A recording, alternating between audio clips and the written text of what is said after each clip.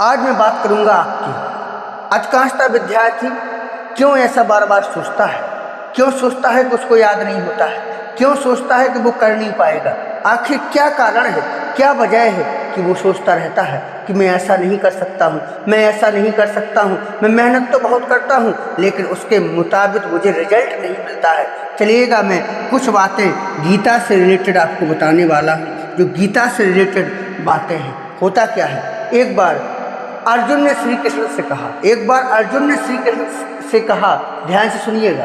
अर्जुन ने श्री कृष्ण से कहा कि मेरे सामने अपने ही, कुरुक्षेत्र की बात है, मेरे सामने मेरे अपने हैं, मैं किससे युद्ध लड़ूं? मैं इनसे जीत पाऊंगा या नहीं? कहीं मेरा वो है, मेरे हार का कारण तो नहीं बनेगा? तब श्री कृष्ण भगवान ने कहा कि अर्जुन, आप विचलित ना हो, आप अपने मन को विचलित ना करें, अपना ध्यान केवल अपने लक्ष्य पर रखें। अगर आपके पास विश्वास है, अगर आपके पास इरादा है तो आप जीतो। इसी तरीक़ा से पढ़ाई होता है कि अगर अध्ययन में आपके पास विश्वास है, अगर आप चाहो कि आप ऐसा कर सकते हो, आप इसको पढ़ सकते हो, आप इसको कर सकते हो, तो बिल्कुल आप पढ़ लो।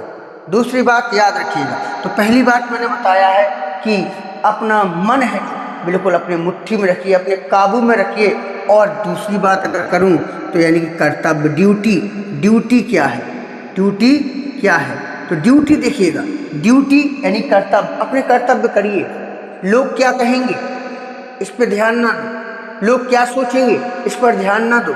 लोग तो कहते ही रहते हैं, कुछ ऐसा कहेंगे कुछ वैसा कहेंगे, तुमसे भी कहेंगे, उनसे भी कहेंगे, पीठ पीछे भी कहेंगे, अगल में भी कहेंगे, बगल में भी कहेंगे। जैसे ही आप पढ़ने लगे, आप मेहनत करने लगे हो, तो आपके ही दोस्त कहेंगे, अरे वो तो पागल है, वो तो दिन भर घूमता रहता था, अब पढ़ने लगा है, जाने क्या हो गया है, वो पढ़ नहीं पाएगा, अरे वो नहीं कर पाएगा, कह रहा था मैं जिला टॉप हो जाऊंगा, लेकिन वो नहीं कर पाएगा, 70-80 से ज़्यादा नहीं बनने वाली है। कुछ तो ये भी कह देंगे, उसको तो याद ही नहीं होता है, वो नहीं कर पाएगा, अब तो वो हमसे दूर रहने लगा है, अब घूमता फिरता नहीं है, घर से बाहर ही निकलता है। ऐसे कहेंगे लोग। और जिस दिन आप सफल हो जाएंगे तो वही लोग कहेंगे, जिस दिन आप सफल हो जाएंगे ना, वही लोग कहेंगे, मैंने कहा था ना कि तुम सफल हो जाओगे, मैंने कहा था ना कि तुम सफल हो जाओगे। वही लोग दूसरों से बात करेंगे, मैं पहले ही जानता था कि वो सफल हो जाएगा। तो ये होता है कि आप अपने कर्तव्य पर, आप अपनी ड्यूटी पर बिल्कुल अपना मन केंद्रित करें। आपको क्या करना है, आपसे बेटर कोई नहीं जानता है। अगली बात है दिमाग पर नियंत्रण, कंट्रोल कैसे करना है? अपने दिमाग पर नियंत्रण रखें, अपने दिमाग पर नियंत्रण रखें, क्योंकि मन के हारे हार है, मन के जीते जीत। अगर मन से आप हार गए तो आप जीत नहीं सकते, अगर मन से आप जीत गए तो आप कभी हार नहीं सकते हो। ठीक है, तो मन पर अपना कंट्रोल करें। जैसे मोबाइल पर आप देखते हो कि इतना चलाना, मोबाइल आपका मित्र भी है, मोबाइल आपका दुश्मन भी है। जितना वक्त आप अपने मित्रों को देते हो ना, उतना ही वक्त आप मोबाइल को दो। मोबाइल मित्र भी है, मोबाइल दुश्मन भी है। तो जितना वक्त आप अपने मित्र को देते हो ना, उतना ही वक्त आप अपने मित्रों को देते हो ना, उतना ही मोबाइल को दो ना। आप सफल हो जाओगे, यकीन मानिएगा, आप आगे तक जाओगे। और गेम खेलना वगैरह, कोई जिंदगी भी तो एक गेम है, ये भी तो एक गेम है, पढ़ना लिखना भी तो एक गेम है।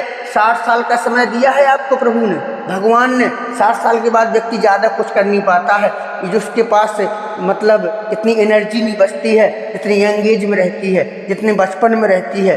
तो आप इस समय को उपयुक्त बना लें। क्या बना लें? उपयुक्त। दिमाग पर कंट्रोल करें, क्या करना है क्या नहीं करना है ये आप बेटर जानते हो। कैसे दोस्त चाहिए और कैसे नहीं चाहिए ये आप बेटर जानते हो। और बात है, अगर करें मित्रता की, जब मित्रता की बात आई है, फ्रेंडशिप की जब बात आई है, तो फ्रेंडशिप, मित्रता कैसी होनी चाहिए?